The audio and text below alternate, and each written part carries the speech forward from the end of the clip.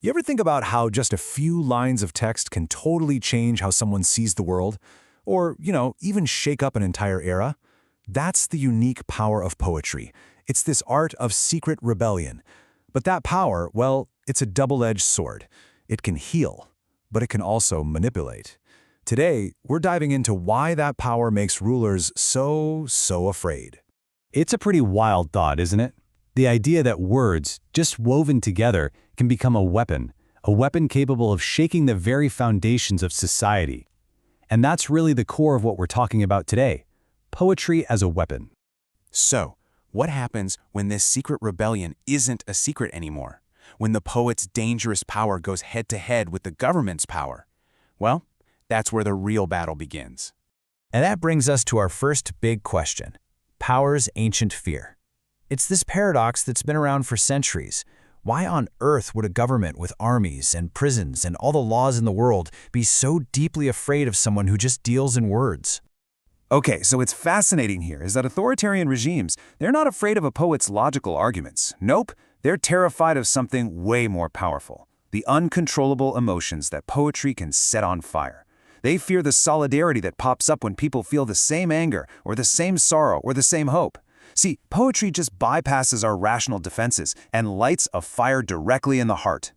And this fear, it is ancient. We're talking more than 2,400 years ago. Plato was arguing for kicking poets out of his ideal republic. Why? Because he wanted a society that was perfectly controlled by reason. And poets, with their talent for stirring up unpredictable feelings, they were the most dangerous wild card in his whole system. You just can't argue with a feeling by saying, "Hey, your sadness is incorrect." And that exact same fear popped up centuries later in the minds of dictators like Stalin and Mao. They thought they could control people's thoughts with ideology, right?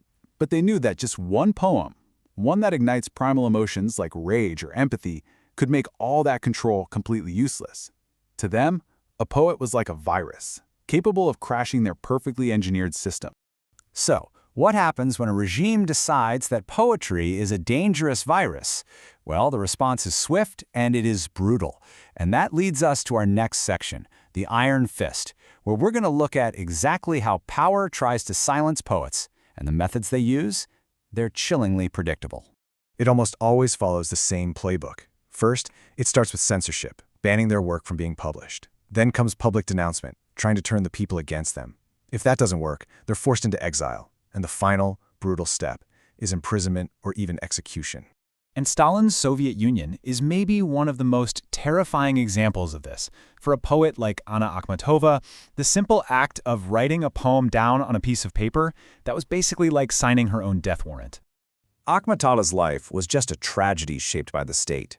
Her husband was executed. Her son was forced to cycle through labor camps for 17 years. Can you imagine?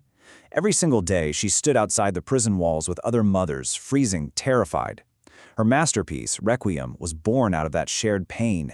And this line right here, it just perfectly captures how her own personal suffering became a testimony for an entire generation. So how in the world did a poem like that even survive? To write it down was suicide. So Akhmatova came up with this incredible method.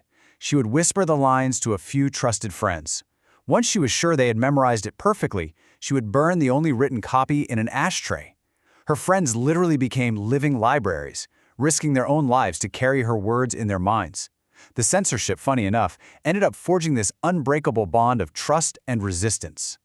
But poets weren't just passive victims here. They were fighters. And that brings us to our third section: how poets fought back. Their art of secret rebellion became a technology for survival.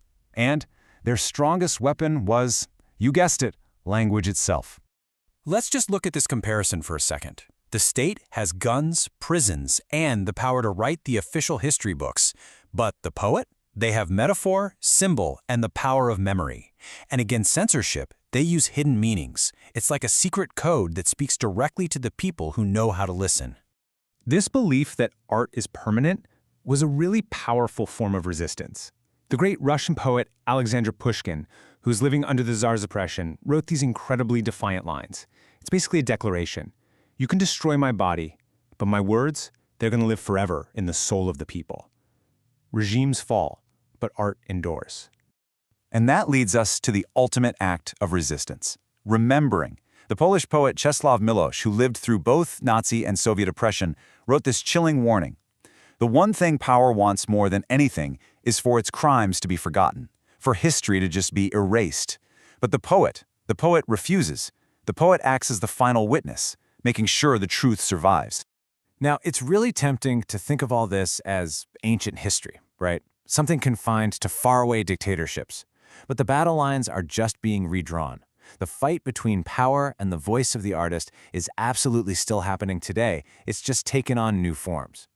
And here is the crucial point. The censor's tools have evolved. The state official with a big red pen has been replaced by something much more subtle, a social media platform's algorithm or its vague community guidelines. These new systems decide which voices get amplified and which ones get silenced. And a lot of the time, there's no transparency. The mechanism is different, but the fundamental questions are the same. Who gets to set these rules? And what values are hiding behind seemingly neutral words like guidelines? So, up until now, we've pretty much celebrated the poet as a hero, a resistor fighting against oppression. But this story has another side. To wrap this all up, I want to leave you with the more complicated question, one that kind of flips this whole idea on its head. What happens when the direction of the weapon changes? When a poet's powerful language isn't used for liberation, but to stir up hatred, to create division, not solidarity? When the poet's weapon is turned against the weak, not the powerful? What's our ethical responsibility then? Where do we draw the line between defending the power of speech and condemning its abuse? That's a question for all of us to think about. You know, the ideas we explore today, they're drawn from the book Why is Poetry Dangerous by Youngwon Kong. If you want to dive even deeper into this really fascinating and timeless conflict between art and power, I highly recommend checking it out. You can find it on Amazon. Thanks for joining me.